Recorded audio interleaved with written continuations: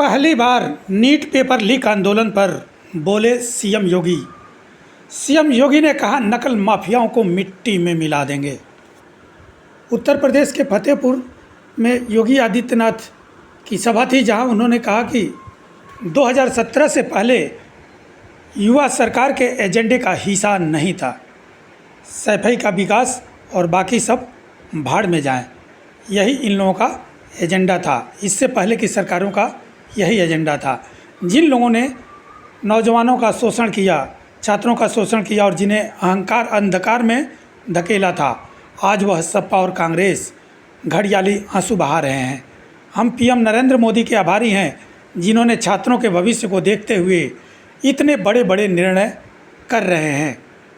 कल केंद्रीय कैबिनेट की फैसला में ये बताया गया कि नकल माफियाओं को 10 साल की सज़ा होगी और 10 करोड़ तक का जुर्माना लगाया जाएगा, जो कि बिल पार्लियामेंट में पास होने के लिए लाया जाएगा।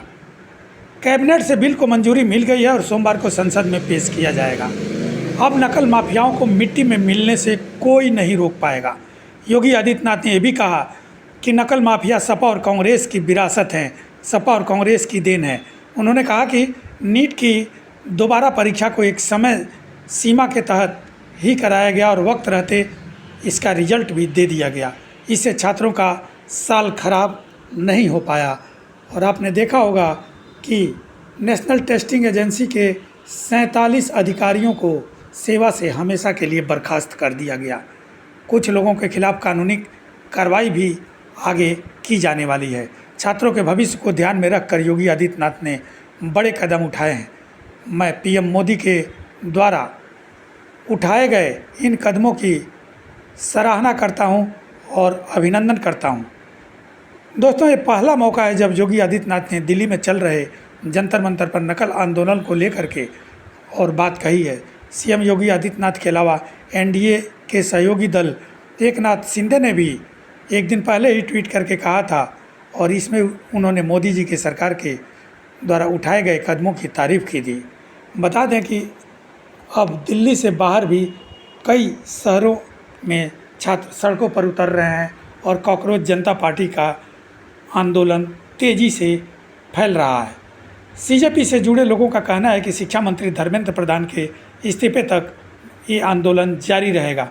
वहीं कांग्रेस नेता राहुल गांधी ने भी आज प्रेस कॉन्फ्रेंस करके और इस बात को दोहराया है और 3 छात्रों को लेकर के 10 जनपद पर प्रेस कॉन्फ्रेंस में उन्होंने कहा कि धर्मेंद्र प्रधान के इस्तीफे से भी बात नहीं बनेगी, उन्हें सरकार से बाहर करना होगा।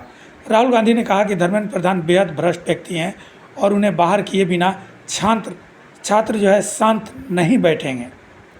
इस बीच आज जो है बीजेपी के जेपी नड्डा और मंत्रियों के साथ जो जितेंद्र सिंह हैं, उनके साथ सीजेपी के प्रतिनिधियों की आज मीटिंग होने वाली है और देखना होगा कि आगे कुछ क्या होता है। बहनों और भाइयों, जिन्होंने युवाओं का शोषण किया, छात्रों के सामने अंधकार में जीवन दिया था, पूरी की पूरी पीढ़ी के भविष्य के साथ खिलवाड़ किया था, आज जो समाजवादी पार्टी और कांग्रेस किस प्रकार की घड़ियाली आंसू बहाने का काम कर रही है। हम आभारी हैं प्रधानमंत्री मोदी जी के प्रति, जिन्होंने छात्रों के भविष्य को देखते हुए पिछले 3 दिनों के अंदर बड़े बड़े निर्णय लिए हैं। उन्होंने कहा था, प्रधानमंत्री मोदी जी ने घोषणा की और केंद्रीय कैबिनेट ने कल निर्णय लिया कि छात्रों के भविष्य के साथ खिलवाड़ करने वाले नकल माफिया को कम से कम 10 वर्ष की सजा और 10 करोड़ रुपए तक की फाइन की व्यवस्था करेगी। कैबिनेट ने पास कर लिया है। अब सोमवार को देश की संसद में यह बिल आने वाला है। मान करके चलिए, माफिया मिट्टी में मिलेंगे, कोई रोक नहीं सकता माफिया को मिट्टी में मिलने से। ये नकल माफिया ये कांग्रेस और समाजवादी पार्टी की विरासत है। इन्होंने पाला हुआ था इन्हें। यही लोग पालते थे, और आज कैसे फिर सामने आकर के अपना चेहरा दिखा रहे हैं। प्रधानमंत्री जी ने जो घोषणा की है, छात्रों के भविष्य के साथ खिलवाड़ करने की जिसने भी दुस्साहस किया उसके खिलाफ जितनी सख्त कार्रवाई होगी। नीट की परीक्षा को एक समय सीमा के अंदर करवा करके छात्रों का साल भर खराब न हो, इसके लिए एक समय सीमा पे परिणाम भी दे दिया। यह सच था कि नीट की पहली परीक्षा में लीकेज हुए थे, प्रश्न पत्र लीक कराए थे कुछ माफियाओं ने, उनकी गिरफ्तारी हुई, और कल आपने देखा होगा नेशनल टेस्ट एजेंसी जो थी एनटीए के 37 अधिकारियों को बर्खास्त कर दिया गया। सेवाएं हमेशा के लिए समाप्त, हमेशा के लिए समाप्त। कुछ लोगों की गिरफ्तारी की गई है, उनकी संपत्तियां जब्त होंगी, उन्हें सजा होगी। ये छात्रों के उज्जवल भविष्य को ध्यान में रख करके मोदी जी के द्वारा ले गए वे कड़े कदम हैं, उठाए गए वे कड़े कदम हैं। जिन छात्रों के जीवन, जिन छात्रों का उज्जवल भविष्य पर इस देश का उज्जवल भविष्य निर्भर करता है। और मैं प्रधानमंत्री मोदी जी के द्वारा उठाए गए इन कड़े कदमों का हृदय से स्वागत करता हूं, उनका अभिनंदन करता हूं और आभार व्यक्त करता हूं कि प्रधानमंत्री जी, आपने छात्रों के लिए, आपने युवाओं के लिए पिछले 12 वर्ष में अनेक कदम उठाए हैं। आपने डिजिटल इंडिया के नाम पर, आपने प्रधानमंत्री स्टार्टअप स्कीम के अधीन, आपने प्रधानमंत्री स्टैंड अप स्कीम के अंतर्गत आपने भारत के नौजवानों के लिए एक नई आशा की किरण दी।